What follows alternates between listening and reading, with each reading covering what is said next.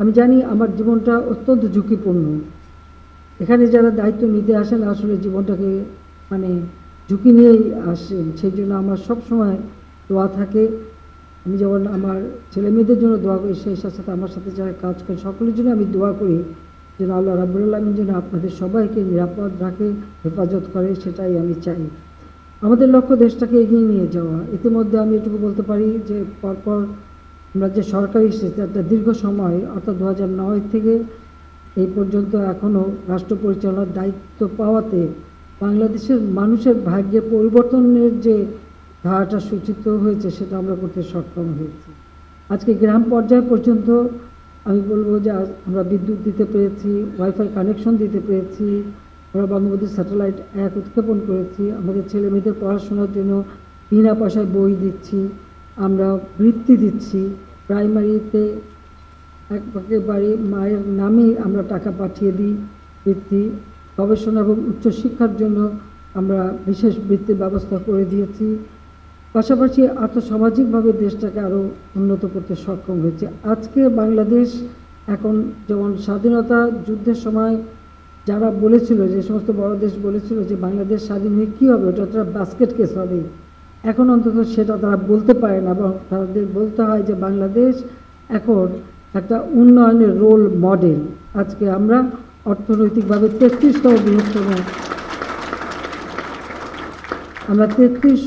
বৃহত্তম অর্থনৈতিক দেশ হিসেবে নিজেদের প্রতিষ্ঠা করতে পেরেছি। যদি এই কোভিড-19 অতিমারি দেখা না দিত, আর ইউক্রেন রাশিয়ার যুদ্ধ যদি না হতো, স্যাংশন কাউন্টার স্যাংশন যদি না হতো, তাহলে আমরা আরও অনেক এগিয়ে যেতাম। আর এখন তো আপনারা জানেন অবস্থা আরও খারাপ। আজকে গাজায় যেভাবে প্যালেস্টাইনিদের উপর ইসরায়েল যেভাবে গণহত্যা চালিয়েছে, আমি এই বিষয়টা আন্তর্জাতিকভাবে যখন যেখানে গেছি আমি এর প্রতিবাদ করেছি এবং এখনও করে যাচ্ছি। কারণ আমি সবসময় আমরা প্যালেস্টাইনিদের পক্ষে আছি। কারণ এইভাবে গণহত্যা, শিশু নারীদের উপরে অত্যাচার আর যে মানবতার কষ্ট তারা করে যাচ্ছে, এটা সত্যি সহ্য করা যায় না। কাজে আমরা সবসময় অন্যায়ের প্রতিবাদ করি, ন্যায়ের সঙ্গে থাকি। আর আমাদের দেশের মানুষের কর্মসংস্থান সৃষ্টির জন্য আমরা ব্যাপকভাবে কাজ করে যাচ্ছি। গ্রাম পর্যায় পর্যন্ত আমাদের উন্নয়নের কাজ চলছে।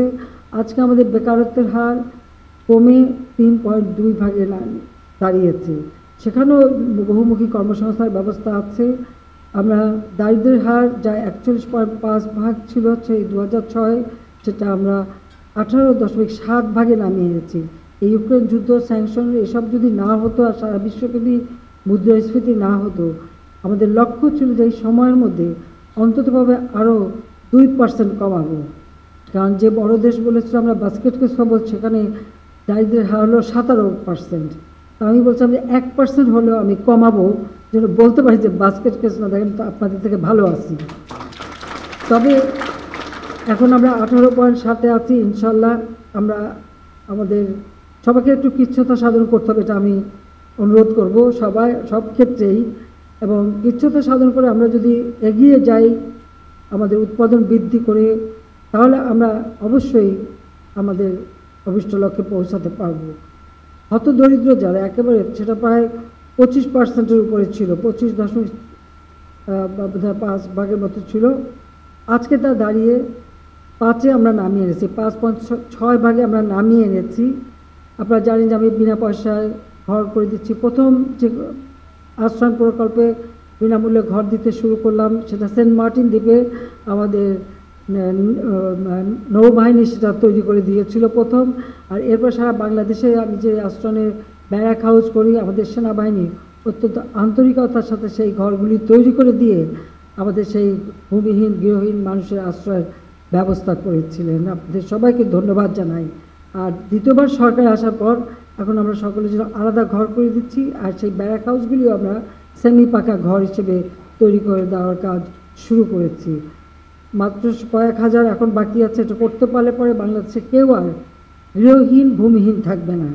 সকলের জন্য একটা ঘর, বাড়ির ঠিকানা আমরা করে দেব। পাশাপাশি পরবর্তীতে আর একটা আছে যে অনেকেরই হয়তো ভিটা মাটি আছে কিন্তু ঘর করবার মতো বা সেরকম সামর্থ্য নাই, তাদেরকে আমরা সহযোগিতা করে যাচ্ছি। আজকে আমাদের মাথাপিছু আয় বেড়েছে, আমরা এগিয়ে যাব। আমাদের একটাই কথা যে আমাদের দেশটাকে আরও উন্নত সমৃদ্ধ আমাদের করতে হবে। আমাদের নিজস্ব অর্থায়নে পদ্মা সেতু নির্মাণ করেছে, আপনারা জানেন যে এটা নিয়ে একটা বিরাট চক্রান্ত ছিল এবং দুর্নীতির অভিযোগ এনেছিল। আমি চ্যালেঞ্জ দিয়েছিলাম, সেটা প্রমাণ করতে পারেনি। কানাডা ফেডারেল কোর্ট একেবারে রায় দিয়েছিল যে ওয়ার্ল্ড ব্যাংক যে অভিযোগ করেছে এটা সম্পূর্ণ ভুয়া, মিথ্যা তথ্য দিয়েছে। কাজে আমরা তারপর আমি নিজেদের অর্থায়নে আজকে পদ্মা সেতু করে সারা বিশ্বকে দেখিয়ে দিয়েছি যে জাতির পিতা বঙ্গবন্ধু শেখ মুজিব 7ই মার্চের ভাষণে যে বলেছিলেন যে কেউ দাবায় রাখতে পারবা না বাঙালিকে, তো সেটা আমরা প্রমাণ করে দিয়েছি যে কারো ওরকম রক্তচক্ষুতে আমরা ভয় পাই না। আমরা ইচ্ছা করলে নিজেরাও পারি, সেটা আমরা প্রমাণ করে আজকে বিশ্বে সেটা দেখিয়েছি। আর ইতিমধ্যে অনেকগুলি কাজ করেছি। কর্ণফুলী টানেল নদীর নিচ দিয়ে, এখন নদীর নিচ দিয়ে গাড়ি চলে, আমাদের মেট্রো রেল থেকে শুরু করে আমরা এক্সপ্রেসওয়ে, এবং এটা শুধু রাজধানীতে সীমাবদ্ধ থাকবে না, সমগ্র বাংলাদেশটাই যাতে উন্নত হয় সেইভাবে আমরা রাস্তাঘাট, পুল, ব্রিজ, রেল, নৌপথ, বিমান সব ক্ষেত্রেই আমাদের উন্নয়নের ছোঁয়া রয়েছে। কাজেই আমরা এই কাজটা করে যাচ্ছি। আমাদের লক্ষ্য যে আমরা রক্ত দিয়ে স্বাধীনতা এনেছি। জাতির পিতার যে স্বপ্ন ছিল ক্ষুধা দারিদ্র্যমুক্ত উন্নত সমৃদ্ধ বাংলাদেশ, সেই বাংলাদেশ আমরা গড়ে তুলব, সেটাই আমাদের একমাত্র লক্ষ্য। আর সেই লক্ষ্য নিয়ে আমরা কাজ করে যাচ্ছি এবং ইনশাআল্লাহ বাংলাদেশকে আর কেউ পিছনে টানতে পারবে না। আমরা অপ্রতিরোধ্য গতিতে বাংলাদেশের অগ্রযাত্রা অব্যাহত রাখতে সক্ষম হব সকলের সহযোগিতায়।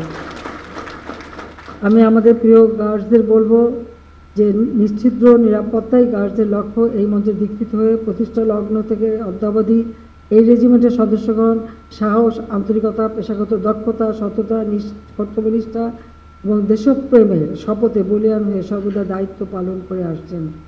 আপনাদের এই কর্তব্য পালনের ক্ষেত্রে নতুন নতুন প্রযুক্তির ব্যবহার, নিয়মিত প্রশিক্ষণ ও পেশাগত অনুষ্ঠানের মাধ্যমে এই গার্ড রেজিমেন্ট আগামীতে আরও দক্ষতা অর্জন করবেন, সেটাই আমাদের কামনা। আমরা শান্তিতে বিশ্বাস করি এবং বাংলাদেশ আজকে জাতিসংঘ শান্তিরক্ষা মিশনে সবথেকে বেশি অবদান রেখে যাচ্ছে এবং সবথেকে বড় কথা, যে সব দেশে বাংলাদেশের শান্তিরক্ষা মিশনে যারা কর্তব্য পালন করেন সেখানকার সাধারণ মানুষের মাঝেও আমি বলি যে বাংলাদেশ সম্পর্কে একটা উন্নত ধারণা হয় এবং আমি বলতে পারি যে যারা শান্তিরক্ষা মিশনে কাজ করেন তারা সেই সব দেশের মানুষের হৃদয়ে স্থান করে নেন এবং জয় করে আনেন বাংলাদেশকে। সেটার জন্য সত্যি আমি গর্বিত। সবাইকে আমার ধন্যবাদ।